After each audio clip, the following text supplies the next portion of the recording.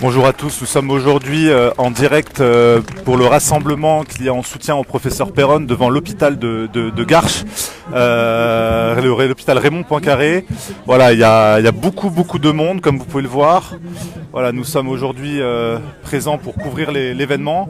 Nous avions déjà eu l'occasion d'interviewer le professeur Perron au tout début du confinement, le premier confinement le 15 avril, où il nous expliquait déjà comment au sein de cet hôpital de Raymond Poincaré, il avait déjà poursuivi le traitement, le protocole de l'IHU de Marseille et qui donnait des résultats très probants. C'était une vidéo qui date du 15 avril, vous pouvez la retrouver, elle est en lien dans la description de ce live. Voilà, aujourd'hui, comme je vais vous le montrer, là il y a presque 200 personnes avec le personnel hospitalier qui est là en soutien. Donc le professeur Perron qui devrait être présent aussi sur place. Il y a des prises de parole, je vais vous montrer ça tout de suite. Voilà, donc n'hésitez pas à relayer un maximum. Donc je vous le répète, nous sommes devant l'hôpital Raymond Poincaré de Garches et il y a une manifestation de soutien, comme vous pouvez le voir. Il y a beaucoup de monde. Voilà. C'est vraiment plus important qu'on imaginait. Voilà. Donc le professeur Perron, on le rappelle, qui a été démis de ses fonctions par la PHP il y a 5 jours pour des propos jugés indignes de sa fonction. Voilà. Donc des propos qui n'ont jamais été justifiés. Depuis des mois, le professeur Perron tient des positions très précises par rapport à la gestion sanitaire et ne mâche pas ses mots. Et il a recueilli énormément de vindictes par rapport à la caste politique et médiatique. Il est d'ailleurs passé dans le film Hold Up, voilà, que nous vous invitons à voir, dans lequel il raconte tout ce qui s'est passé déjà depuis le début de la crise sanitaire. Alors, attends, il y a une ambulance qui passe. Pardon madame. C'est qu'en même temps, en fait, les gens sont rassemblés devant l'entrée de l'hôpital, donc il y a les ambulances qui essaient de se frayer un chemin. Il y a beaucoup de monde. Voilà, donc le professeur Perron qui a toujours défendu la liberté de soigner avec le traitement à base d'hydroxychloroquine, d'azithromycine et de zinc, qui soigne dans cet hôpital depuis le début du premier confinement, qui a eu de très bons résultats. Nous avions déjà eu l'occasion de l'interviewer le 15 avril, donc le lien de la vidéo de notre interview est dans la description, où il racontait tout ce qui s'est passé à l'hôpital, comment il a mis en place le protocole, les autres traitements qu'il a essayé de mettre en place et qui n'ont pas porté leurs fruits. Il avait d'ailleurs essayé avec le Remdesivir, ça n'a pas porté ses fruits. Il avait essayé avec d'autres traitements et les traitements de l'IHU de Marseille à base d'hydroxychloroquine était celui qui était le plus probant. Voilà, donc c'est ce qui a fait très certainement, on va dire, jaser en haut lieu et lui a attiré beaucoup de soucis. On voit qu'il y a des personnels hospitaliers qui sont là, donc il doit avoir le soutien de ses équipes en tout cas. On va essayer de se rapprocher. L'ont fait aussi au mois de janvier, on demandait la démission de Martin Hirsch. Je ne prononcerai pas aujourd'hui, parce qu'aujourd'hui, moi, je suis là pour soutenir M. Perron. Je suis là pour soutenir l'homme. Je suis là pour soutenir quelqu'un qui veut soigner et qui n'a jamais eu la prétention de dire qu'il connaît mieux que les autres. Je veux juste que la vérité soit rétablie. Aujourd'hui, je vois beaucoup de personnes donner leur avis, mais ce sont des gens qui n'ont pas compétence. On va se déplacer. Vous n'avez pas compétence à traiter les patients. Ça, c'est les médecins qui le font. Nous, un véhicule qui passe. Il y a énormément de monde, c'est vraiment très très concentré. Je suis pas là pour dire si ça marche ou ça marche pas. Je sais ce que nous avons vu. On voit le professeur Perron qui est ici. Je sais les remerciements que M. Perron a eus. Donc aujourd'hui, ce qu'on demande, c'est un vrai débat contradictoire. C'est ce que demande la population. Un débat contradictoire avec de vrais journalistes d'investigation, avec de vrais médecins et pas à 10 contre 1. Ça s'appelle de l'acharnement. Mais avant tout, l'objet du rassemblement aujourd'hui, c'est de demander à M. Hirsch d'annuler la décision qui a été prise à l'encontre de M. Perron. Les médias, le syndicat national des médecins hospitaliers Force ouvrière, lui aussi a les mêmes interrogations que nous sur la liberté d'expression pour un praticien universitaire. Donc nous ne voulons pas de cette pensée unique qui interdit à toute personne de pouvoir se positionner. Aujourd'hui, je ne vois personne qui s'interroge sur nos enfants de 6 ans qui sont à l'école et qui portent ce masque. Personne ne s'intéresse. Personne ne s'intéresse aux suicides qui sont dus aux fermetures, au massacre de notre économie. Personne ne s'y intéresse. Personne ne s'y intéresse aussi à nos enfants qui viennent d'accéder à la faculté où les études sont mises à mal.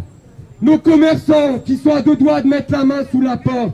Nous voulons et nous demandons un vrai débat contradictoire avec des spécialistes et pas du 10 contre 1, du 1 contre 1.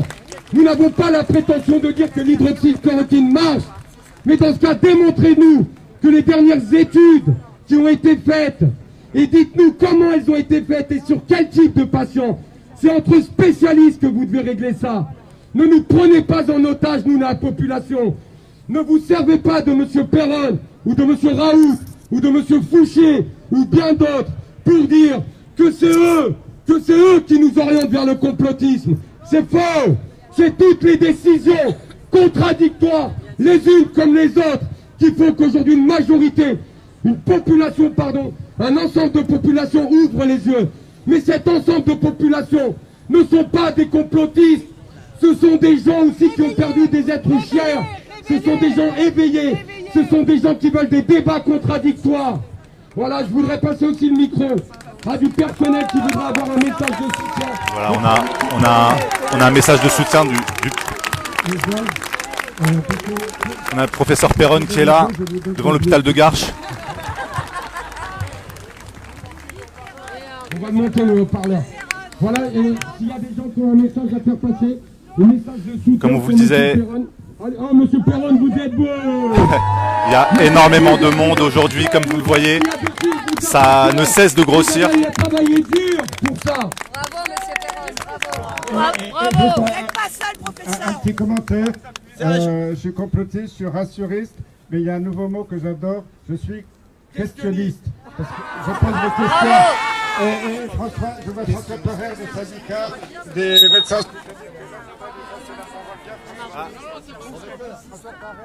Ça marche plus. Le son vient de couper sur le haut-parleur. Ils sont en train de remettre le son. En tout cas, le professeur Perron qui est là en soutien après l'annonce de sa démission de ses fonctions par la PHP. Énormément de monde qui a devant l'hôpital de Garches. Bon, comme vous voyez, et les membres du personnel aussi hospitalier qui est là en soutien. C'est vraiment, je dirais que là on est presque 300 personnes, peut-être un peu plus, c'est difficile à estimer. 20 000. Voilà, bravo, ça marche. Donc merci Georges. Ah ouais, là, c'est trop près là, attention. Voilà, attends, ils sont en train de remettre le son. Mettez-vous face à nous. Oui, non, mais ça résonne. Mais je voulais juste donner la parole. Oh là là. Non, c'est pas bon le positionnement. Petit problème de son, ils sont en train de... Voilà, c'est magnifique. Il a travaillé pendant des années dans l'hôpital. qui est un heureux retraité maintenant, mais qui a toujours été un militant de la justice, des droits de l'homme, et qui est dans le syndicat national des médecins hospitaliers. Monsieur Perron, on n'entend rien derrière. Voilà. C'est Georges qui sabote tout. Là. Ça marche là? C'est bon? Vous m'entendez? Là, oui. Bon, je passe la parole à François Parrer, médecin qui était médecin dans l'hôpital. Voilà. Merci Christian. Cher Christian Perron, chers amis qui êtes rassemblés ici, avec enthousiasme, avec détermination, je dois vous dire, en tant que médecin honoraire des hôpitaux de Paris, ayant exercé les 28 dernières années de ma carrière dans cet hôpital prestigieux, Raymond Poincaré, où j'exerçais comme médecin légiste et anatomopathologiste, mais également, je voudrais m'adresser à vous comme syndicaliste, c'est-à-dire comme étant membre du syndicat national des médecins hospitaliers Force ouvrière. Je m'adresse à vous également comme étant attaché au droit. Et je dois dire, pour introduire directement mon intervention, que la levée des sanctions contre le professeur Perron doit être faite. Nous l'exigeons!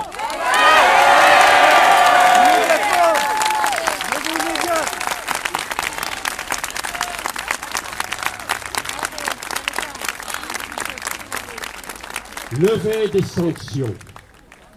sanctions ignobles. Pourquoi? Car le droit a été bafoué.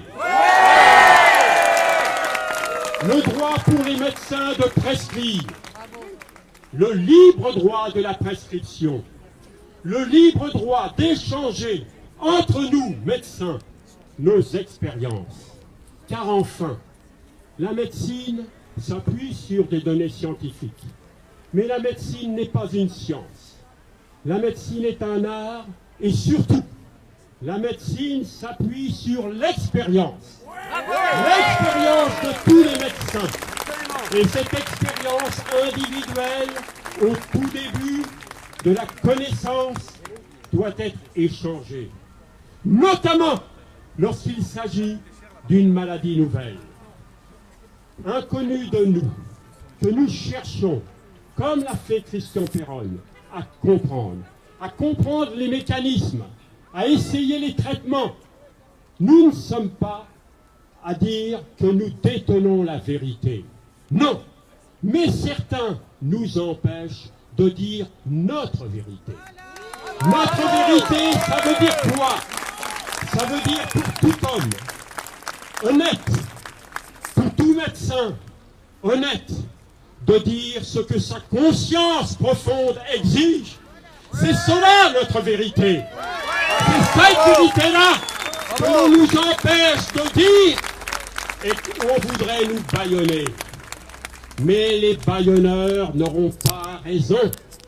Ils ne peuvent avoir raison de la vérité, car la vérité est plus forte Que le mensonge. que le mensonge. Voilà ce que je voudrais dire. Je voudrais dire aussi que si le droit de prescription, le droit d'échange entre médecins a été bafoué, le droit élémentaire a également été bafoué. J'ai vu, comme probablement vous tous, à la télévision, Monsieur Martin Hirsch.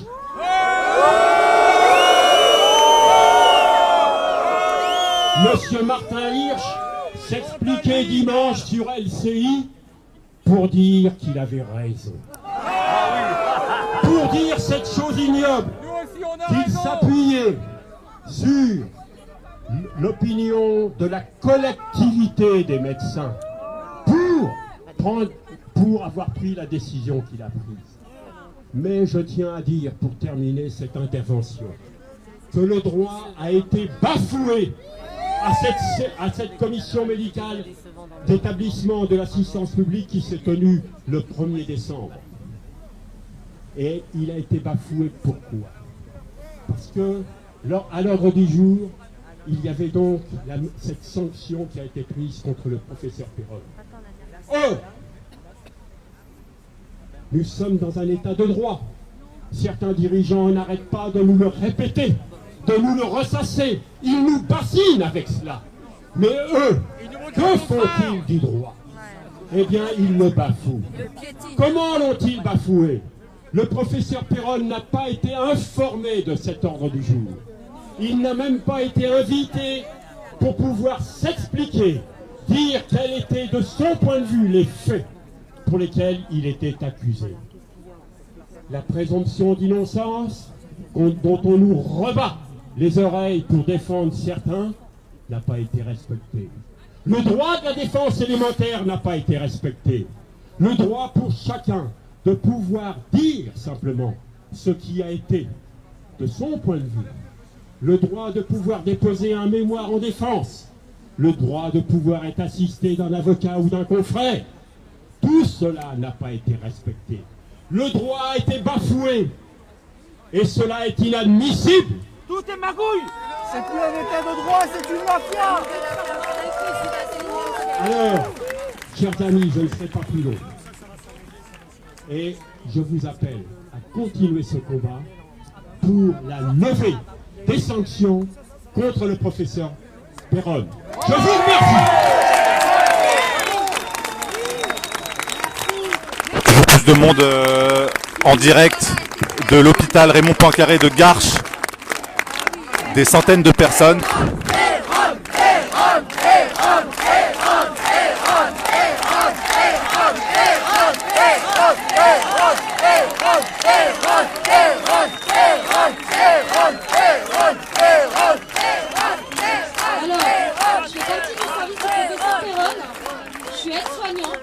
Témoignage d'une aide-soignante. Je tiens aussi à souligner qu'on le soutient parce que c'est un très bon professeur, c'est un très bon médecin et que ça fait 13 ans que je travaille dans son service et 13 ans que je ne suis pas déçue. 13 ans qu'il nous soutient, que tous les ans il est avec nous, que tous les ans il nous aide, franchement oui, il nous soutient parce qu'on en a bavé pendant ces 10 mois et pendant ces 10 mois il n'a rien lâché. Pendant ces 10 mois il a été là dans les couloirs à nous soutenir et franchement on trouve ça inadmissible ce qu'ils font. Alors, professeur Péronne, au nom de toute l'équipe de Vidal 2, merci à vous pour tout ce que vous avez fait pour nous et on vous soutient. On ne vous lâchera pas. Monsieur Péronne, quelqu'un voudrait vous poser une question. Allez-y, monsieur. Je souhaiterais poser une question au professeur Péronne. Nous sommes nombreux ici et j'aimerais savoir si on a un petit problème avec le Covid, est-ce qu'on peut venir encore le voir? Oui.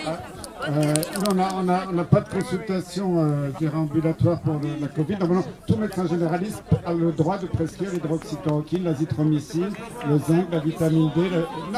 Tout médecin généraliste, c'est dans la Constitution, il a le droit. Les autorités ont fait croire que le médecin... C'est vrai que c'était interdit pendant une période en médecine générale, mais l'interdiction a été levée début juillet. Donc c'est de la désinformation. Si vous êtes malade du Covid, vous devez exiger de votre médecin un traitement qui marche selon la littérature scientifique internationale. L'hydroxychloroquine marche, l'azithromycine marche, la vitamine D marche, le zinc marche, l'ivermectine marche. C'est un scandale quand on voit encore des gens qui se pavanent sur les plateaux de télé pour dire qu'il n'y a aucun traitement du Covid aujourd'hui, pour vous fourguer un vaccin qui n'a même pas été encore évalué et qui n'est même pas un vaccin, c'est de la thérapie génique, dont on ne connaît pas les effets secondaires. Voilà. Je vais passer le micro, mais juste avant, j'ai une demande à vous faire, s'il vous plaît. Nous vous redemandons le personnel, nous vous rappelons la raison pour laquelle nous étions là. S'il vous plaît, même si ça nous fait plaisir, lorsque vous voyez un véhicule, nous vous demandons de bien vouloir vous déplacer de façon à ce qu'il accède. Ne donnons pas l'opportunité à l'APHP de condamner ce rassemblement en ayant empêché d'entrer des véhicules. Donc si je peux me permettre de vous demander à tous, dès lors que vous voyez un véhicule, rangez-vous qu'il puisse passer. Et comme ça, nous serons irréprochables. Et notre message passera. Bonjour. Patrice Giberti, j'ai lancé une pétition il y a quelque temps qui a plus de 210 000 signataires sur mesopinions.com pour Raoult et pour Christian Péronne. Je voudrais simplement dire une chose. Je ne connais pas un seul pays au monde dans laquelle une dictature sanitaire s'applique comme on prend. Citez-moi un pays où un médecin de notoriété internationale comme Christian Perron se voit sanctionné parce qu'il a soigné. Nous sommes dans une dictature sanitaire, mais je dis une dictature. Dès qu'un médecin de qualité ose dire le contraire de ce que la doxa veut bien dire, alors la presse, aux ordres, se met à l'appeler ou à dire de lui qu'il est controversé. C'est tout juste si on ne le fait pas passer pour un fou, comme dans l'URSS de Staline. Nous sommes en dictature sanitaire, soutenant nos médecins, et en particulier Christian Perron. Merci. Je vais passer la parole à Jean. C'est pas moi qui vais parler aujourd'hui. Succession de témoignages de soutien pour le professeur Perron. Moi, je voudrais savoir, on entend parler aujourd'hui de la troisième vague. Donc sur toutes les chaînes, on nous parle de la troisième vague, de la condition en Angleterre. Donc qu'est-ce qui se passe exactement aujourd'hui? Parce qu'il y a l'imbrication du vaccin. Donc qu'est-ce qu'on peut en dire? C'est pas nouveau. Déjà, il y a 2 mois, vous avez dit qu'il y avait un virus nouveau, très dangereux, qui arrivait d'Espagne, qui allait ravager l'Europe. Je l'ai toujours pas vu. Là, il y a un virus très nouveau. Alors, c'est sûr qu'un virus... Il y a plein de mutations, il y a plein de variants de ce coronavirus, partout dans le monde. Mais dans l'histoire de la médecine et des épidémies, les variants deviennent toujours de moins en moins virulents.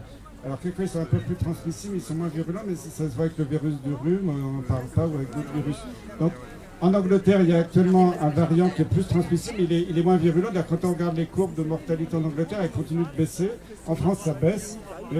Alors, ils ont bloqué à Douvres et à Calais tous les passages entre le continent et la Grande-Bretagne. Tout ça pour vous faire peur, pour vous demandiez, vous suppliez à M. Macron de vous donner le vaccin au mois de janvier. Alors que ce vaccin n'a pas été évalué dans des conditions sanitaires normales. Donc tout ça c'est de la manipulation des esprits. Professeur, je peux vous poser une question, s'il vous plaît? J'ai été moi-même contaminé lors de mon voyage en Afrique en tant que reporter. Et j'ai visité beaucoup de médecins, et vous avez été le seul avec votre service, dont je vous remercie. Vous m'avez sauvé la vie.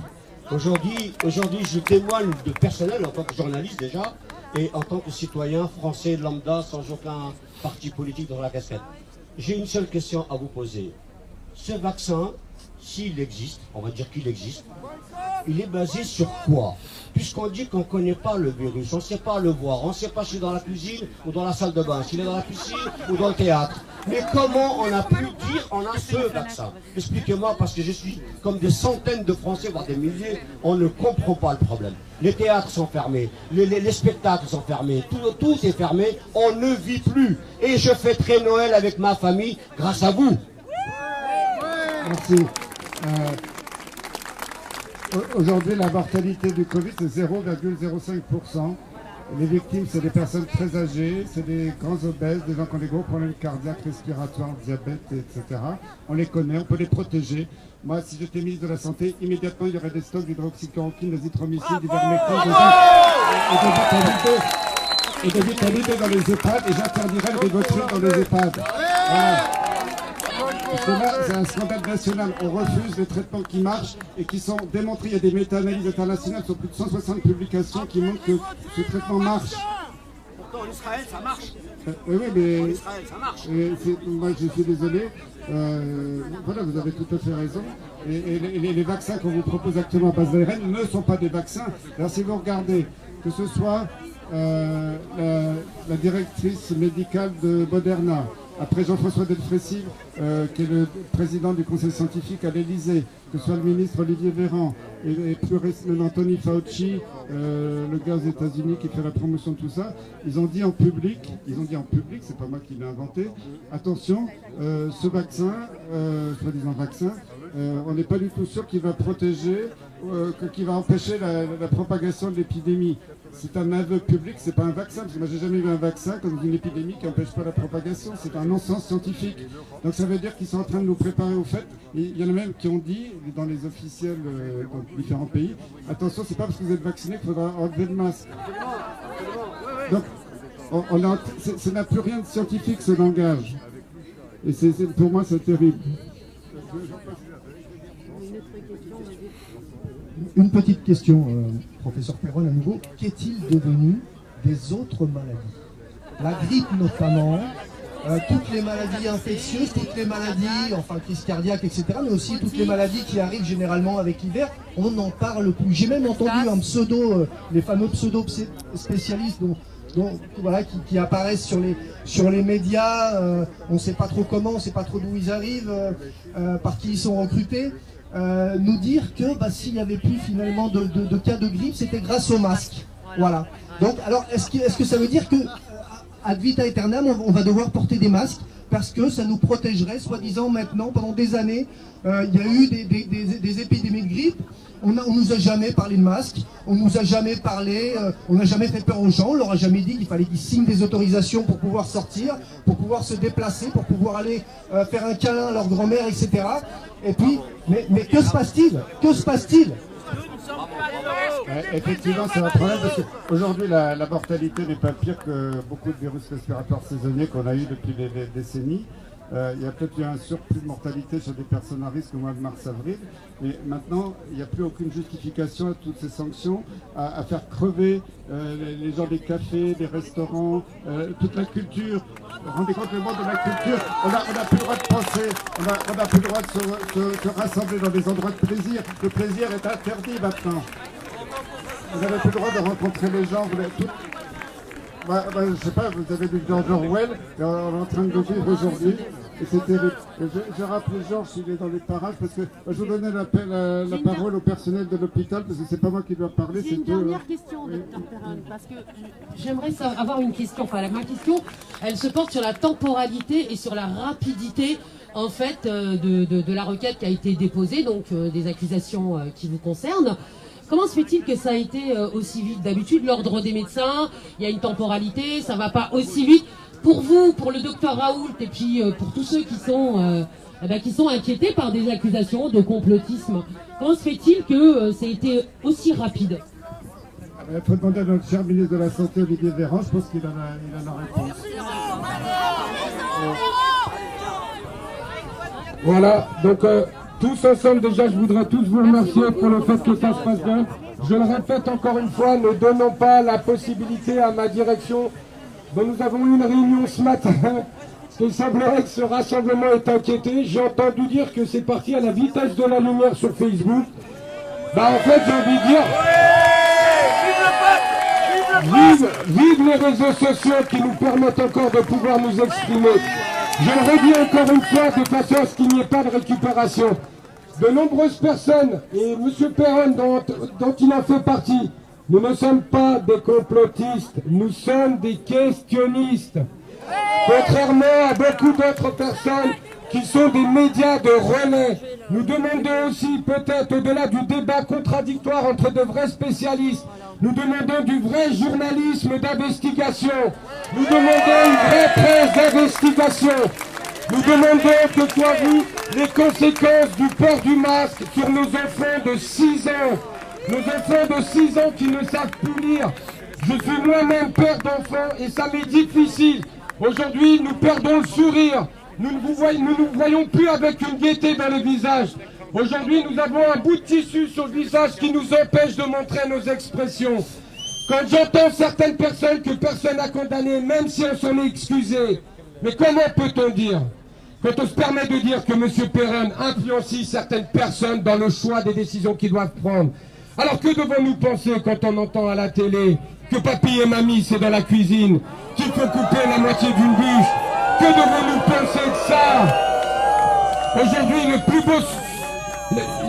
la plus belle marque que nous pouvons apporter pour cette fête de fin d'année, en plus des respects des gestes barrières, c'est un mot qui est devenu à la mode, c'est comme le mot asymptomatique. Je ne savais pas, mais bon, Apparemment, on est positif asymptomatique. Mais l'ARS n'a jamais communiqué non plus sur les cycles d'amplification du PCR. C'est ça les questions que de nombreux citoyens se posent. C'est ces questions-là à laquelle nous aimerions avoir un vrai débat contradictoire. Aujourd'hui, M. Macron a dit, je cite, « Nous ne rendrons pas le vaccin obligatoire. » Je ne me permettrai pas de dire quel est mon point de vue sur la vaccination. Mais je sais une chose, j'ai vu un projet de loi qui a été déposé, où on ne m'interdit pas, où on ne m'impose pas, pardon, de prendre le vaccin. On ne me l'impose pas, non. Mais on me dit, si vous ne prenez pas le vaccin, vous serez interdit de lieu public, vous serez interdit de transport, vous serez interdit de toutes ces choses. Je pense, comme de nombreux, ici nous avons tous eu un jour à nous faire vacciner ou à vacciner nos enfants. Et c'est la première fois de ma vie, j'ai 44 ans. Et comme j'ai dit, je n'ai pas les compétences scientifiques pour pouvoir prétendre que le vaccin marche ou ne marche pas. Je n'ai pas les compétences scientifiques pour dire si l'hydroxychloroquine marche ou ne marche pas. Malgré ce que je sais, ce que j'ai vu dans les services. Mais je sais juste une chose, jamais de ma vie, je dis bien jamais de ma vie, en 44 ans, j'ai vu qu'on voulait m'interdire l'accès à un autre pays, ou l'accès à un lieu public, ou l'accès au métro, parce que je refuse de me faire vacciner. Alors ça, je ne dirai pas aujourd'hui si je le ferai ou pas. Mais en tout cas, monsieur Hirsch, moi j'ai une proposition à vous faire, monsieur Hirsch. Je suis prêt à me faire vacciner. Et je suis prêt, monsieur Hirsch aussi, à faire une politique de campagne de vaccination dans notre établissement. À une condition, monsieur Hirsch. Vous venez vous faire vacciner dans notre établissement. Et c'est nous qui prenons le vaccin. À une seule condition. Et à ce moment-là, je jure ici devant tout le monde que je serai le deuxième à me faire vacciner après monsieur Hirsch. Ne vous embêtez pas à venir avec le vôtre, je pense que nous en aurons ici. Et à ce moment-là, parce qu'aujourd'hui, des gens qui nous forcent à prendre le vaccin, qui nous disent qu'il est bon pour notre santé ou pas, et je le redis, je ne suis pas scientifique. Mais ces gens-là ne le sont pas non plus pour les médias, ils ne le sont pas. Comment des personnes peuvent nous dire, des barbiers ou autres, j'en passe, interdisons-les de tout. Mais qu'est-ce que ça veut dire? Aujourd'hui, nombre de parents, aujourd'hui on a des enfants en bas âge, nous n'avons plus d'activité pour nos enfants, à part qu'un parc, ou la télé. Où sont nos cinémas? Où sont nos théâtres? Où sont les loisirs qu'on aime faire avec nos enfants? Où sont-ils? Voilà, si quelqu'un veut prendre la parole. Monsieur veut prendre la parole. Les loisirs confisqués. Liberté. Liberté. Liberté. Bravo à vous. Vous êtes extraordinaire. Vraiment, depuis le premier jour, vous êtes monté au créneau. Vous n'avez jamais changé de discours. Et tous vos discours ont été d'une clarté parfaite et d'un calme parfait. Vous êtes emblématique, vous êtes iconique. Et vous inscrivez avec honneur votre nom dans l'histoire. Vous êtes en train de sauver notre pays. De sauver notre pays des mains des brigands, des gens qui nous font la guerre. Il a dit, Macron, je fais la guerre. Effectivement, il fait la guerre à notre pays. Il fait la guerre au peuple français. Et le peuple français doit se lever, doit agir. Je convie puisque certains se sont sacrifiés pour ça, eh bien, que tous les samedis, les Français descendent dans la rue pour que nous retrouvions notre liberté, notre dignité et la vérité. Et un immense bravo à M. Perron. Bravo, vous êtes extraordinaire et nous vous aimons.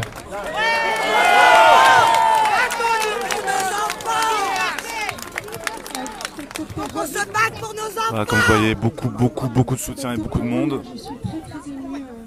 Je suis très émue d'être tout près de vous là pour vous parler.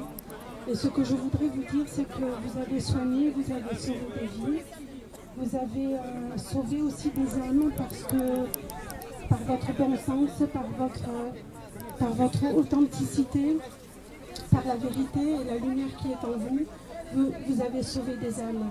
Donc nous espérons que la justice vous sera rendue dans ce bas monde, mais en tout cas si elle ne l'est pas, n'oubliez jamais votre valeur.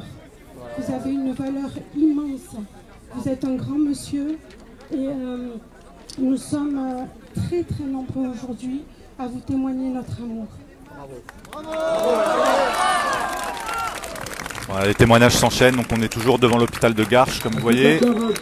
Soutien au professeur Perron, on est vraiment des centaines, ça s'agrandit. Vous voyez, c'est énorme. Donc on est à Garches. Pourriez-vous nous tenir au courant de ce qu'il en est de la plainte, puisqu'il m'a semblé lire que le conseil d'ordre avait été saisi. Par contre, on ne connaît pas les griefs. Peut-être vous, êtes-vous au courant des griefs? Je ne suis pas au courant. J'ai reçu une lettre de Patrick Bell, président du Conseil national de l'ordre des médecins, comme quoi j'allais être convoqué un jour, pour je ne sais pas quelle raison, ça n'avait pas exposé, devant le conseil disciplinaire. Disciplinaire, c'est que j'ai commis une faute très grave. Et il y a un communiqué là aujourd'hui on était 6 médecins dans la charrette. Donc on va être conduit à l'échafaud parce qu'on a soigné, parce qu'on a dit la vérité.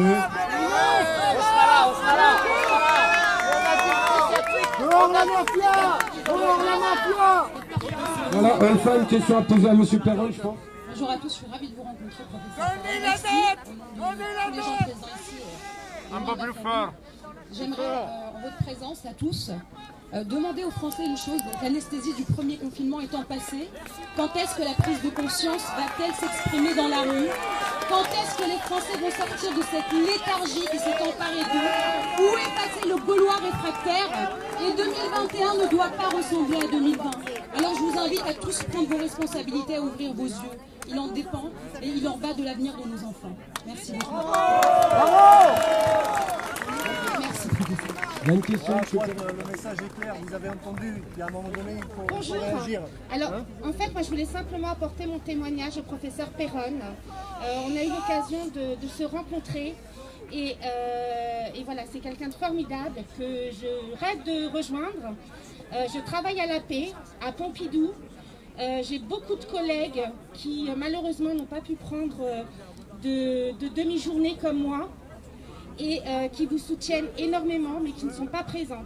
Voilà, donc vous avez du soutien du personnel, de l'assistance publique des hôpitaux de Paris et continuez dans votre honnêteté, dans votre sincérité. Le patient avant tout, vous n'avez jamais fait de privé. Moi je vois que ça à Pompidou presque. Et vous soignez avec le cœur. Et merci pour tous, quoi. Merci.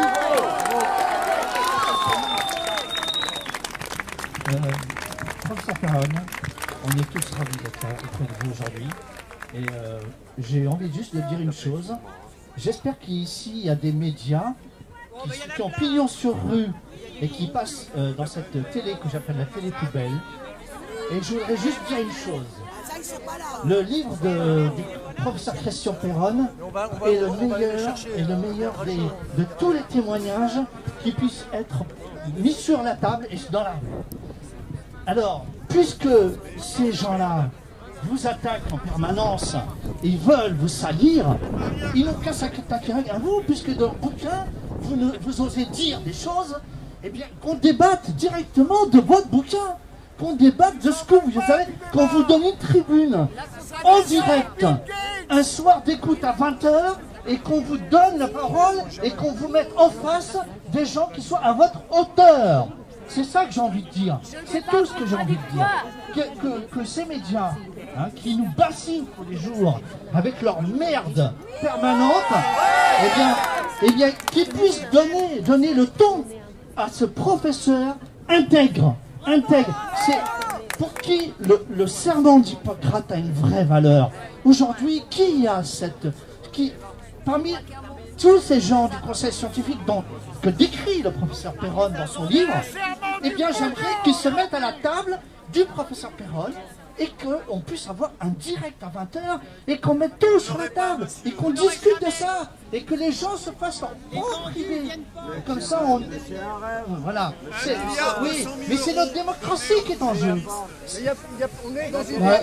Je voudrais juste répondre sur le livre, parce que le livre, on a dit que j'avais diffamé. Il y avait un médecin, vous sur un plateau de télé qui avait dit que j'avais accusé des millions de médecins dans le monde des criminels. j'ai jamais tenu ces paroles. On a déformé totalement mes propos en disant que j'allais être attaqué en justice pour diffamation. Je vous rappelle que le livre a été publié à la mi-juin. J'ai eu 0 attaque, de 0 avocat, de 0 institution en diffamation, parce que tout ce que je dis, c'est pas moi qui le dis, j'ai fait parler les gens. Vous devriez les attaquer en justice. J'ai fait parler le président de la République, j'ai fait parler les ministres, j'ai fait parler les infectiologues. C'est eux qui ont dit. Et quand ils disaient n'importe quoi et tout, au contraire, avec un jour d'intervalle, j'ai rapporté leurs propos. Donc mon livre, c'est juste, j'ai rapporté ce qu'on observait. C'est pas moi qui les ai attaqués, j'ai attaqué personne. Et j'ai attaqué personne nommément dans sa pratique. J'ai eu aucune infraction au code de la déontologie. Je tiens à le redire devant le Conseil de l'ordre aujourd'hui parce qu'ils vont peut-être m'écouter. Et si j'ai quelquefois cité certains médecins qui avaient des conflits d'intérêts, c'était de notoriété publique, il y a des preuves. Et je vous rappelle qu'en droit, quand quelque chose est prouvé, il n'y a pas de diffamation. En droit, quand quelque chose est prouvé, il n'y a pas de diffamation. C'est la réalité. Donc, qu'on vienne de montrer que j'ai diffamé quiconque, je pense qu'ils ont du boulot. Voilà, donc merci, vous êtes très nombreux, continuez de partager ce live. Depuis 42 ans, donc et je connais les hôpitaux parce que je transporte, voilà, et je dis qu'une chose pour le professeur Perron, pour moi quand je le vois dans les yeux, il est humain. Voilà, c'est ça qu'il faut dire, il est humain.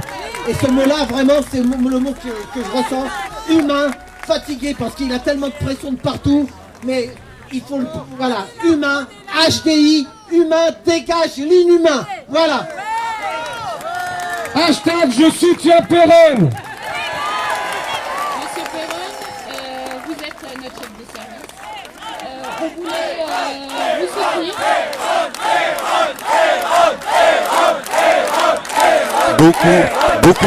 Beaucoup de monde, comme vous pouvez le voir et l'entendre. Ça n'a pas arrêté de grandir là. Je ne sais pas combien on est, peut-être 400 maintenant. Notre chef de service, vous avez été là quand on a eu besoin de vous. On sera là pour vous, on ne vous lâche pas. Maintenant, il y a beaucoup de collègues qui sont au chevet du patient qui ne peuvent pas descendre aujourd'hui, mais ils sont là, ils sont derrière lui. Et je voulais vous dire aussi, nous en consultation depuis ce matin, on est débordés d'appels. Vous êtes soutenus partout en France. Des appels de partout. Donc on leur dit qu'ils peuvent envoyer des mails à Monsieur Hirsch et surtout, enfin voilà, vous êtes soutenus. Vous êtes soutenus et on ne vous lâchera pas. Alors je crois savoir aussi qu'il y a la presse, ou les médias qu'on ne soutient pas. Donc ce soir, si vous devez faire passer un message sur BFM, CNews, LCI, TF1, regardez bien, nous ne sommes pas complotistes. Il y a des gens de tous bords, des Noirs, des Blancs, des Italiens, des Portugais, des gens de confession juive, des musulmans. Nous ne sommes pas ça et ce n'est pas Monsieur Perron. Nous sommes juste des citoyens qui nous posons des questions et nous n'avons pas les compétences à évaluer ce qui est en train de se passer. Par contre, nous pouvons évaluer des débats contradictoires. Le message est clair, le message est net. Nous voulons des vrais débats contradictoires. Et aujourd'hui, le personnel vous sera fidèle, Monsieur Perron. Jamais nous ne laisserons tomber ce grand professeur. Et aujourd'hui, vous en êtes tous la preuve. On n'a pas besoin, nous n'avons pas besoin. Nous ne vous insulterons pas. Nous ne tiendrons pas d'insultes. Nous ne tiendrons pas de propos complotistes. Nous ne tiendrons pas tous ces propos. Tous ces propos qui vous permettent d'alimenter ou de salir une personne, comme tout le monde sait le faire. Nous ne sommes pas ça. L'hôpital Raymond Poincaré aime Monsieur Perron. Que ça plaise ou que ça déplaise. Voilà, on vous remercie. Et l'autre chose, c'est que si on s'en prend au professeur Perron, je pense qu'on peut s'en prendre à tout son service et à tout son personnel. Alors allez-y. Et je pense qu'on peut aussi s'en prendre à tous ses patients et à tous ceux qui respectent le professeur Perron. Alors allez-y, essayez de nous attaquer, il n'y a pas de souci, on le soutient. Et enfin, vive la liberté d'expression! Vive le droit de prescrire! Et nous voulons un débat contradictoire! Lorsqu'il faudra, malheureusement pour certains, devoir rentrer parce que vous imaginez que M. Perron soigne, que nos collègues ici de l'hôpital doivent travailler aussi. Nous allons vous demander progressivement et doucement de bien vouloir vous disperser de la façon la plus classe, la plus élégante. Parce que ce que je peux affirmer aujourd'hui, malgré tout ce que vont affirmer certains médias, certains sites complotistes, certains médias, ben regardez bien, il n'y a pas eu de débordement, il n'y a pas eu d'empêchement de pouvoir avoir accès à l'hôpital, il n'y a pas eu de propos racistes, il n'y a pas eu de propos complotistes, il n'y a pas eu de propos antisémites, il n'y a pas eu de propos islamophobes. Non, non et non. Il y a eu juste l'éveil d'une population qui se pose des questions quant à la gestion de cette crise du coronavirus. Et la première des questions que nous, le personnel, alors que nous avons été dévoués, nous avons été fatigués, nous avons pour certains pas vu notre famille dans ce que j'appellerais la première épidémie. Je n'utiliserai jamais la notion de deuxième vague, je parlerai de deuxième épidémie. Je sais une chose, nous savons le personnel pour de nombreuses que nous avons vues.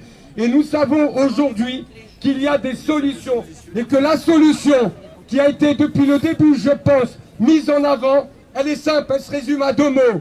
C'est isoler, non pardon, excusez-moi, je ne l'ai pas fait dans l'ordre. Dépister, isoler. Mais il est où le mot soigner ou traiter? Il est où ce mot?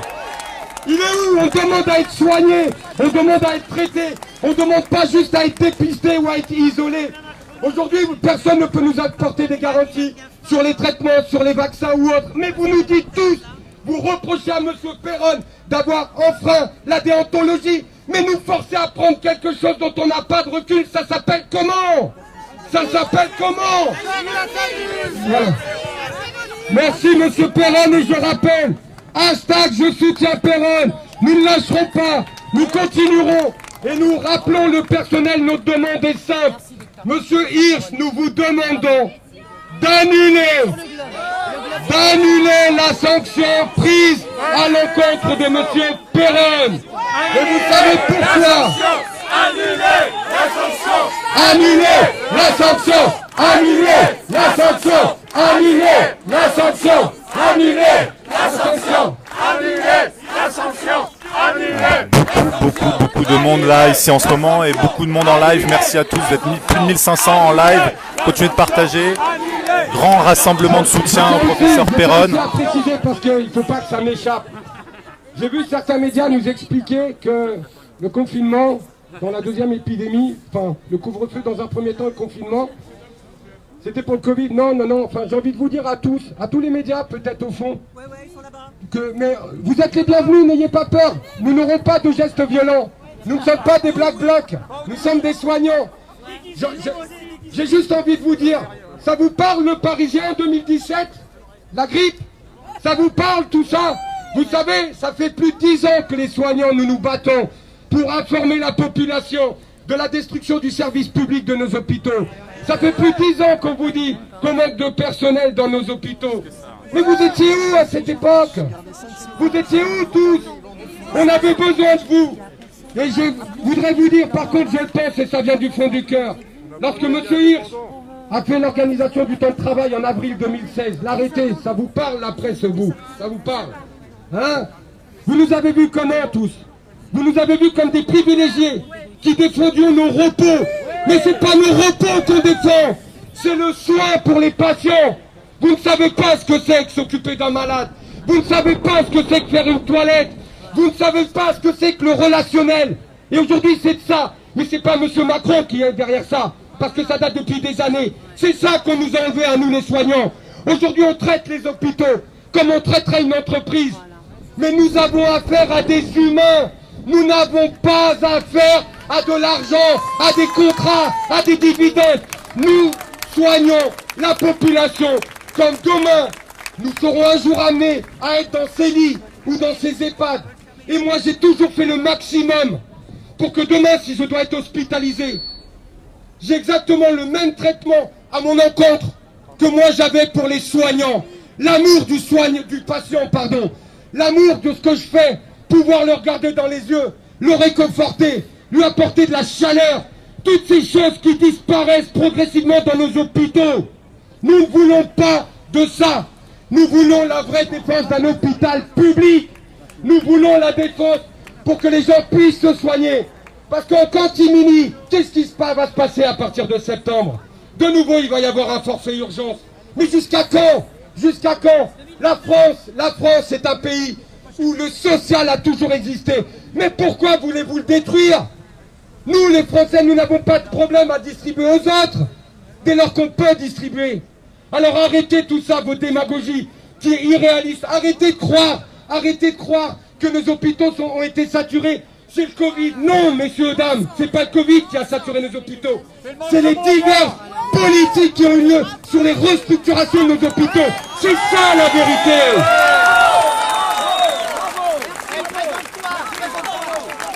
Beaucoup de monde. Donc voilà, nous sommes en direct devant l'hôpital Raymond Poincaré. Je suis un aide-soignant du service du monsieur Perron, détaché au syndicat depuis 2014. Nous avons toujours été dans cet établissement parce que je ne veux pas qu'on prête des appartenances à qui que ce soit. Nos organisations syndicales dans ce site, même si nous n'avons pas toujours été d'accord avec la direction, nous avons toujours été ouverts au dialogue social. Nous avons de vrais échanges avec nos directions. Même si nous ne sommes pas d'accord sur tout, nous avons de vrais échanges. Nous avons une direction locale qui prend en compte nos demandes ou la détresse de certains de nos collègues. Mais malheureusement, au-dessus, il y a ce que j'appelle le siège. Et le siège file des règles ou une manière de gérer. Et malheureusement, c'est ce que j'appellerais la maltraitance institutionnelle. Ce ne sont pas nos cadres qui décident d'être méchantes avec nous ou de nous imposer des choses. C'est malheureusement la pression qu'on leur donne. Et le problème, il ne vient pas d'en bas. Le problème, il vient d'en haut. C'est d'en haut que les pressions se répercutent vers le bas. Ces propos ne m'appartiennent pas. Mais voilà ce que j'ai envie de dire. Donc à la presse qui est au fond, n'ayez pas peur. Il n'a jamais été demandé que le moindre citoyen ici, présent en soutien de M. Perron, vous saute dessus, vous agresse ou vous insulte. Non, nous ne sommes pas ça, l'hôpital Raymond Poincaré. Nous sommes l'hôpital du handicap, le premier hôpital avec ses spécificités. Et nous sommes fiers, tout comme M. Perron est fier, d'appartenir à l'hôpital Raymond Poincaré. Voilà. Je voudrais compléter ce que tu viens de dire, qui est vraiment très vrai. À messieurs et mesdames les journalistes au fond de la foule, sachez bien que vous aussi, un jour, vous pouvez tomber malade, un jour, vous pouvez glisser dans un virage, et l'hôpital Raymond Poincaré sera heureux de vous refistoler, comme vous dites.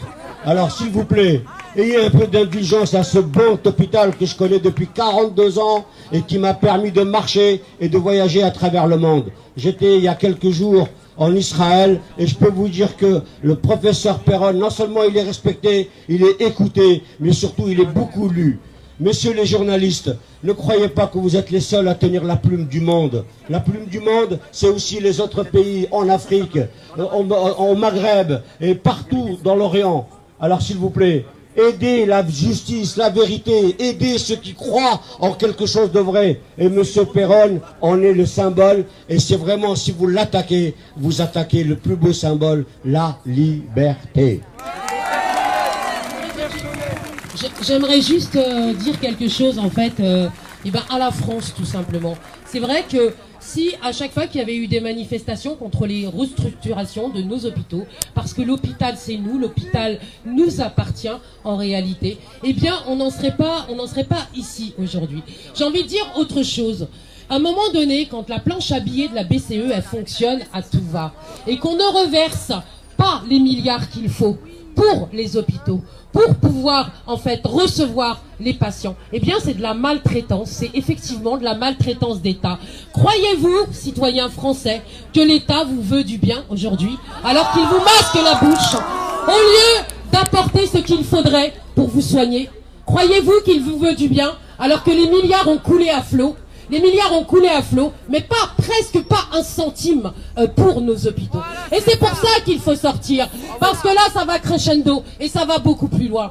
Et je vous garantis que si vous mobilisez pas aujourd'hui, et pour Raoult, et pour le professeur Perron, mais aussi pour nos enfants qui portent le masque, pour les enfants asthmatiques qui sont exclus des écoles, pour toute cette maltraitance d'État, eh bien, ça veut dire que vous acceptez, parce que le masque, c'est aussi le taux de docilité de la population.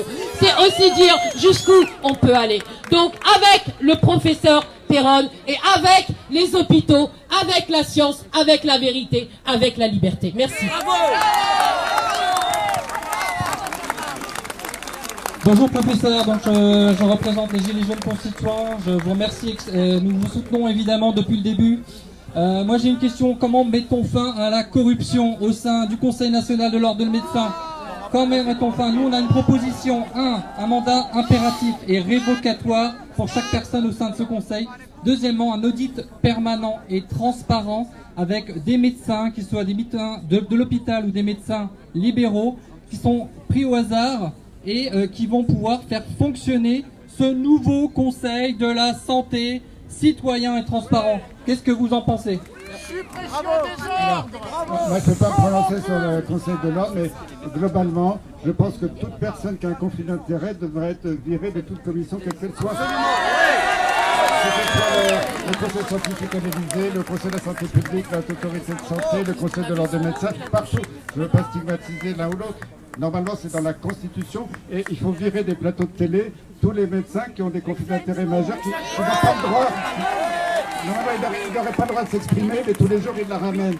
C'est un scandale d'État. Ils sont couverts par le gouvernement et ça, c'est tout à fait anormal. C'est quasiment contre les lois de la République. Bravo! Et voilà, on va vous redemander, donc on va de nouveau affirmer notre soutien à l'annulation de la sanction. Et ensuite, je suis désolé de vous annoncer, nous allons reprendre nos activités dans les services. Peut-être qu'il serait intéressant pour certains, je ne sais pas, de peut-être l'avenue Victoria, avec ce que j'appelle des dépôts au niveau de la préfecture, et vraiment faire avec la réglementation. Mais aujourd'hui, nous remercions, je le redis, nous soutenons M. Perron et nous demandons l'annulation de la sanction. Annuler la sanction! Annuler la sanction! Annuler la sanction! Annuler la sanction! Annuler la sanction! Annuler la sanction! Annuler la sanction! Annuler la sanction! Annuler la sanction! Annuler la sanction! Annuler! Voilà, beaucoup plus de monde maintenant devant l'hôpital. Ce matin, donc, comme je vous l'ai dit, nous avons été convoqués par la direction. Ce n'était pas du tout ni dans un point de vue disciplinaire, ni dans un but de nous interdire. Au contraire, la direction ne s'est pas opposée au rassemblement qui est, je le rappelle et je le redis, une demande du personnel. Nous avons aussi demandé à l'administration, puisque c'est aussi une demande du personnel, de pouvoir mettre les banderoles. Donc voilà, ce que je vais vous demander pour finir, parce qu'on doit reprendre notre activité, contrairement à d'autres, au fond, nous allons devoir reprendre. En tout cas, nous vous remercions pour tout. Nous vous remercions de vous être déplacés. J'espère que demain, ou dans les jours à venir, il y aura un autre rassemblement peut-être pour faire coucou lors d'une CME au niveau du siège de la PHP. Mais le plus important, si elle doit avoir lieu, elle ne viendra pas de nous, le personnel de Raymond Poincaré, comme vous pouvez l'imaginer, mais que ce soit déposé au niveau de la préfecture, de façon à ce qu'on nous reproche rien. Parce qu'aujourd'hui, le message qu'on a voulu faire passer à notre directrice et au directeur du GH, c'est que les choses se passeraient de manière correcte. Et je pense qu'elles se sont passées de manière correcte. Et pour ça, nous vous en remercions. Et le personnel de Raymond Poincaré, le personnel vous remercie de vous être déplacé, d'être nombreux. Je ne rentrerai pas. Et on vous remercie pour tout ça. Voilà. On va être obligé de mettre fin parce qu'on va reprendre nos activités. Mais en tout cas, nous vous remercions à tous pour la solidarité. Merci à vous tous. Merci du fond du cœur. Voilà, gros soutien devant l'hôpital. Énormément de monde. Énormément de monde. Comme vous pouvez le constater. Laissez-les exercer dans notre établissement. Mais surtout, écoutez le message de son personnel. Nous voulons que vous réintégrez M. Perron parce que nous aimons ce professeur. Nous ne nous permettrons pas de juger ce que vous dites, des propos qu'il aurait tenus. D'ailleurs, on les attend tout le temps. Nous aimons cette personne pour ce qu'il fait pour nos malades et pour l'écoute qu'il a pour son personnel. Voilà, monsieur Hirsch, le message que j'ai à vous faire passer en tant que représentant du personnel de cet établissement. Et en tout cas, je vous demanderai à tous, et vraiment ça me tient à cœur, de façon à ce qu'on ne soit pas attaquable ou qu'on ne reproche pas. Vraiment, quand vous allez vous disperser, autant pour moi, faites-le de manière la plus juste. Nous avons promis que ce serait un rassemblement pacifique. Et je suis fier d'appartenir à cet hôpital et de m'être rendu compte que c'est vraiment ce que je voulais. Un rassemblement pacifique, où on échangerait, où on ne serait pas d'accord et où il y aurait un soutien. Je n'avais aucun doute sur le rassemblement. Je n'avais aucun doute sur le soutien. Alors s'il vous plaît, je vous demande à tous, ne m'enlevez pas le doute de me dire que ça va mal se passer quand on va nous se quitter. Ce serait trop facile pour eux. Je vous en remercie à tous. Et merci de vous être déplacés. Et vive l'hôpital Raymond Poincaré!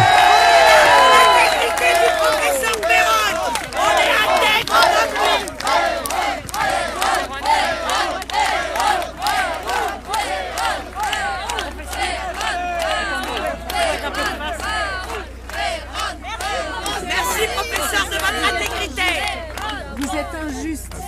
Vous êtes injuste. Et la loi divine est là, ne vous inquiétez pas, on est avec vous. En stage, en service, mes études ici. Comme infirmière. Nathalie. Pardon, excusez-moi, je ne vais pas vous embêter. Professeur. Du courage, on est là. J'essaye de faire un... Je vous redemande surtout de ne pas gêner l'entrée de l'hôpital. Je vous redemande et je vous remercie vraiment pour tout ce que vous avez fait pour vos déplacements, vraiment. Ça nous tient à cœur pour nos personnels de Raymond Poincaré. Professeur, quelles sont les prochaines étapes pour vous dans les Attendez une seconde, il va vous répondre. Devant un nouveau Conseil national de l'ordre des médecins. Ouais. Si j'imagine que vous voulez tous poser quelques questions. avec Monsieur Perron. On va se poser une ou deux questions, professeur Perron. Il y a énormément de monde. Merci en tout cas pour votre présence. Vous êtes beaucoup dans le live. Vous êtes presque 1300. Vraiment, pour ne pas pouvoir permettre, je le redis, à l'institution de pouvoir nous sanctionner. C'est important parce que ce n'est pas l'objectif de ce rassemblement. Énormément de gens qui veulent dédicacer le livre de professeur Perron qui s'appelle « Y a-t-il une erreur qu'ils n'ont pas commise ?» Voilà, tout le monde vient pour se faire dédicacer le livre.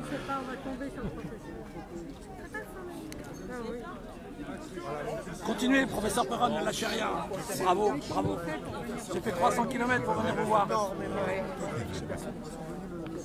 Attention, je vais peut-être faire ma photo. S'il lève la tête, c'est bon. Bravo, professeur. S'il lève la tête, on est bon. Juste, professeur, en attendant, est-ce que vous pouvez nous dire si vous avez des conflits d'intérêts déjà, parce qu'on parle des autres qui en ont énormément? J'en ai eu il y a longtemps, mais j'en ai plus du tout depuis plusieurs années. Est-ce que vous avez deux prochaines étapes là, avec la PHP qui vont être prévues dans les prochains jours pour remettre en cause la décision? Je sais pas, il y avait un recours au tribunal administratif qui va être... Là, vous êtes dans le flou vous-même? Non, c'est pas dans le flou. Mon avocat s'en occupe, mais il faut le temps de déposer le recours. Donc là, aujourd'hui, vous ne pouvez plus être...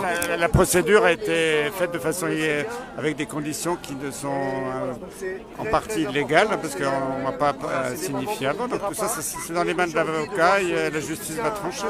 Est-ce qu'à l'hôpital de Garches, vous continuez de soigner à l'hydroxychloroquine? Bien sûr, j'ai ma liberté quand même.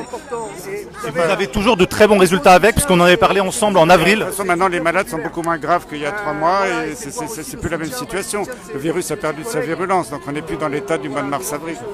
Merci beaucoup, professeur. Si on peut bien vouloir se décaler un tout petit peu, qu'on puisse avoir l'accès à l'hôpital, je vous remercie vraiment. Vraiment, merci. Beaucoup de monde autour de lui, c'est très compliqué. En tout cas, il reste encore beaucoup de monde, les gens se dispersent petit à petit. Nous allons rester un petit peu encore en live. En tout cas, partagez un maximum. Si vous avez des questions, n'hésitez pas à nous les mettre en commentaire. Nous allons essayer de les poser, mais le professeur Perron va très certainement revenir à que ce rassemblement se passe de la meilleure des façons. Merci à vous. Énormément de monde. Bon, les gens ont commencé à se disperser. Donc on est devant l'hôpital de Garches, l'hôpital Raymond Poincaré. Nous allons malheureusement... Suite à la décision de la PHP il y a quelques jours de démettre le professeur Perron de ses fonctions de chef de service. C'est une première et que ce ne sera pas une dernière. Et c'est ça le plus important. Merci à vous tous pour votre soutien. Attention aux barrières de sécurité, attention aux véhicules.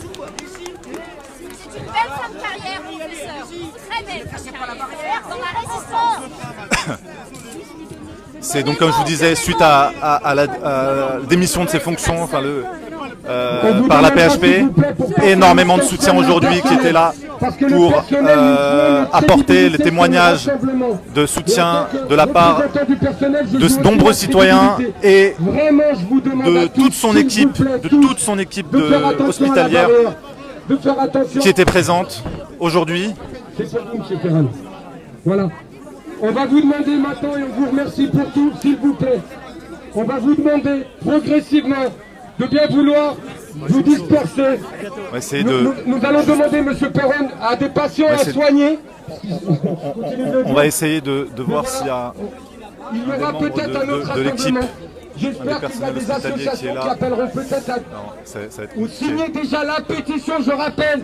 Il y a une seule pétition en ligne qui est celle du personnel. Vous l'avez sur le site officiel du professeur Perron. Voilà, mais on va vous demander gentiment, vraiment gentiment, de bien vouloir vous disperser et on vous remercie à tous pour ce que vous avez fait. L'hôpital Raymond Poincaré vous est reconnaissant. Merci à vous tous, chers collègues. Merci. Bon. On voulait essayer d'interviewer des membres du personnel hospitalier, mais là, ça semble compliqué. Bah donnez.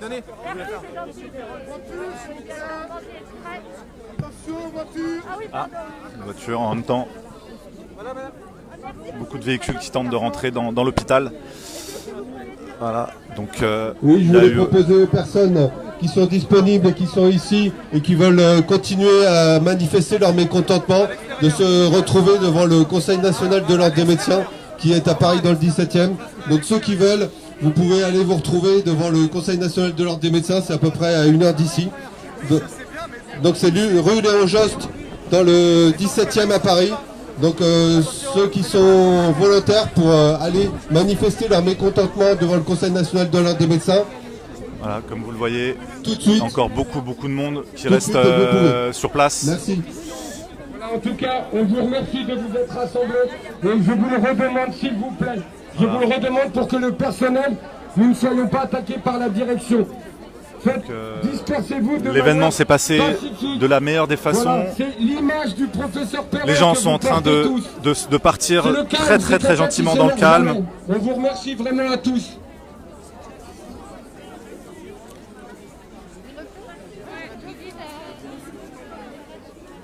Alors, en tout cas, merci, vous avez été très nombreux à nous suivre pendant ce live.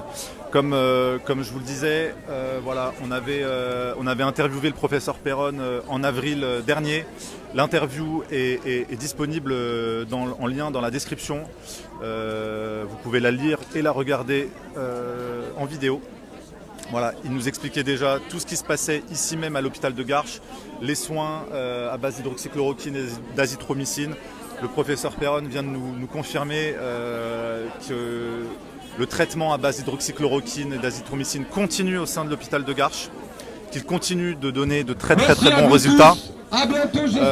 Dans l'interview du 15 avril que nous avons publiée, il y a énormément de détails, de précisions sur le contexte, sur les contours de cette crise sanitaire, sur la position du professeur Perron, ce qui d'ailleurs lui a valu très certainement la démission de ses fonctions par la PHP il y a quelques jours, puisqu'il a tenu ses propos de manière complètement cohérente depuis maintenant plusieurs mois, à savoir une très mauvaise gestion sanitaire, des incohérences, des conflits d'intérêts, ce qu'il dénonce d'ailleurs, ce qu'il a dénoncé quelques semaines après dans son ouvrage qui s'appelle « Y a-t-il une erreur ? Y a-t-il des erreurs qu'ils n'ont pas commises ?»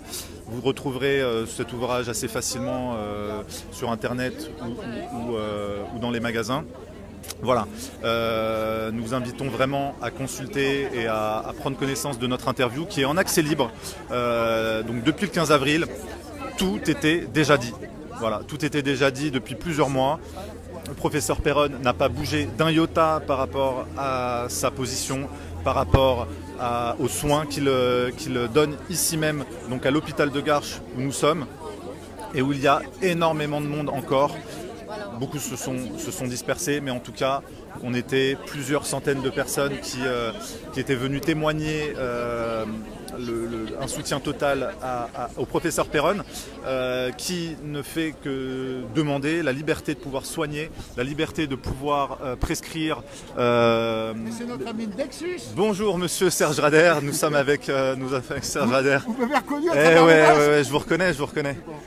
Alors pourquoi vous êtes venu aujourd'hui témoigner votre soutien au professeur Perron? Pour m'insurger pour m'insurger, comme tous nos amis européens, de ce qui se passe. On est en train de nous imposer une dictature sanitaire, sous prétexte de protection d'une soi-disant pandémie qui n'existe que dans la tête de nos politiciens, pour nous installer un régime à la chinoise, quoi. Alors vous-même, ça fait des années que vous vous combattez contre les dérives sanitaires et médicales. Vous êtes ancien pharmacien et vous avez milité longuement contre l'obligation vaccinale. Je continue. Enfin, je vous signale que Péronne, on lui retire son service. Mon ami Jean-Bernard Fourtillon a été libéré il y a 3 jours d'un hôpital psychiatrique. Non, mais attendez. Après la mobilisation massive de nombreuses personnes. On a inondé. Je suis avec lui, on se voit, on se réunit. Qu'est-ce qu'il raconte, monsieur le docteur Fourtillon? Je le vois demain, donc on va faire le bilan de son emprisonnement de 10 jours. Non mais c'est incroyable. Ce qui se passe, c'est incroyable. La France plus qu'ailleurs. Mais en Italie, c'est pareil. Tous les médecins qui osent s'élever, et tous les professeurs dénomélisables qui osent s'élever contre la pensée unique, eh bien, ils sont traduits devant les conseils de discipline des ordres professionnels, des ordres qui doivent être aujourd'hui abrogés. On ne peut plus avoir une justice d'exception, c'est plus possible. Aujourd'hui, la justice doit faire son office et on n'a pas besoin des ordres professionnels. Ce qui se passe actuellement, de traduire tous ces professeurs honnêtes à la probité exemplaire est totalement inadmissible dans une démocratie. Aujourd'hui, tous les professionnels de santé dénoncent ce fait. On a un traitement, on n'a pas besoin de vaccin. Ce vaccin, on est dans le total brouillard. Vous pensez à quel traitement?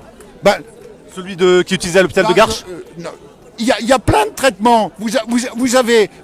Dans les antibiotiques, on a le choix entre les macrolides et les tétracyclines. On a le choix entre l'hydroxychloroquine qu'on a rendu sur ordonnance, alors que ça faisait 60 ans. 60 ans, vous vous rendez compte? L'AMM était de 1960, l'hydroxychloroquine, qui marche. Toutes les études sont là pour le prouver. Le Conseil d'État italien vient de la réinstituer, alors que ils ont prescrit l'argamanu au départ. Mais ensuite, comme ça marchait, eh bien, ça allait contre nos gouvernements corrompus par l'argent des Bill Gates, corrompus par l'argent du FMI, corrompus par l'argent des banques. C'est insupportable. Il faut aujourd'hui que les gens se réveillent et descendent tous dans la rue, jettent ce masque qui est totalement inutile, notamment pour les enfants dans les écoles à partir de 6 ans. C'est incroyable ce qu'on est en train de faire subir au peuple. Et tout ça pour nous amener un vaccin délétère dont on ne sait rien. Un vaccin qui n'est pas un vaccin, qui est la résultante, qui est une thérapie génie.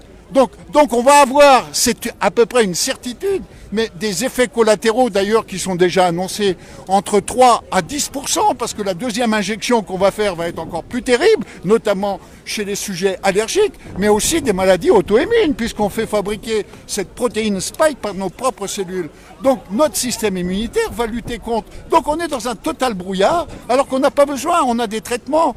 Et un conseil que je donne aussi, c'est de vérifier son taux de vitamine D, qui est excessivement importante dans l'immunité, bien sûr, et notamment en région parisienne, où toutes les synthèses que j'ai pu voir d'analyse biologique et tout font que les gens sont quasiment au seuil minimum, voire en dessous du seuil minimum. Donc il faut supplanter avec de la vitamine D à 3-4 000 unités par jour, ou une ampoule par mois, mais il vaut mieux en prendre un petit peu tous les jours. Hein. Et puis voilà, on a tout ce qu'il faut. On a même l'ivermectine qui agirait même. On aurait 3 jours pour la donner en début. Il faut donner ces traitements dès les 2 premiers jours de la symptomatologie. Et puis ça rentre dans l'ordre, il faut arrêter. Alors, on a très peu de batterie qui nous reste, donc on va devoir couper dans 30 secondes. Juste une dernière question. Qu'est-ce que vous diriez aux Français encore aujourd'hui qui doutent de tout ce qui se passe? Eh bien, c'est d'éviter le vaccin. On a les traitements ad hoc pour ce faire. On a le droit de prescription. Les médecins peuvent prescrire l'hydroxychloroquine, alors que Véran a dit le contraire. Véran mériterait d'être passé en jugement, d'être passé au tribunal, et on s'en occupera le moment venu. Voilà, c'est tout ce que j'ai à dire. On a tout ce qu'il faut pour soigner les gens, et puis on n'a pas besoin de vaccin qui ne va rapporter qu'au lobbyisme, et notamment à Bill Gates, qui est l'orchestrateur de cette fausse pandémie. Merci beaucoup. En tout cas, on essaiera de documenter un maximum de choses dans les prochains jours. Peut-être même avec vous, monsieur Rader, dans d'autres conditions. On aura l'occasion Bien sûr. En tout cas, merci à tous qui avez été présents massivement dans ce live. Voilà, on espère que vous avez eu un maximum d'informations. Nous allons relayer un maximum aussi les articles, les éléments que nous faisons depuis 6 mois maintenant pour vous apporter beaucoup plus de transparence sur ce qui se passe et briser l'omerta. Voilà, vous retrouvez-nous sur nexus.fr pour toutes nos informations en libre accès et retrouvez-nous aussi en kiosque. Nexus est un magazine papier qui est disponible en kiosque encore en ce moment. Vous pouvez nous retrouver pour 10 jours sur ce numéro-là que je vous montre. Autonomie alimentaire, un défi collectif. Voilà, vous avez tout ce qu'il faut pour pouvoir être en autonomie. Merci en tout cas, partagez un maximum ce live et je vous dis à très bientôt. Merci beaucoup.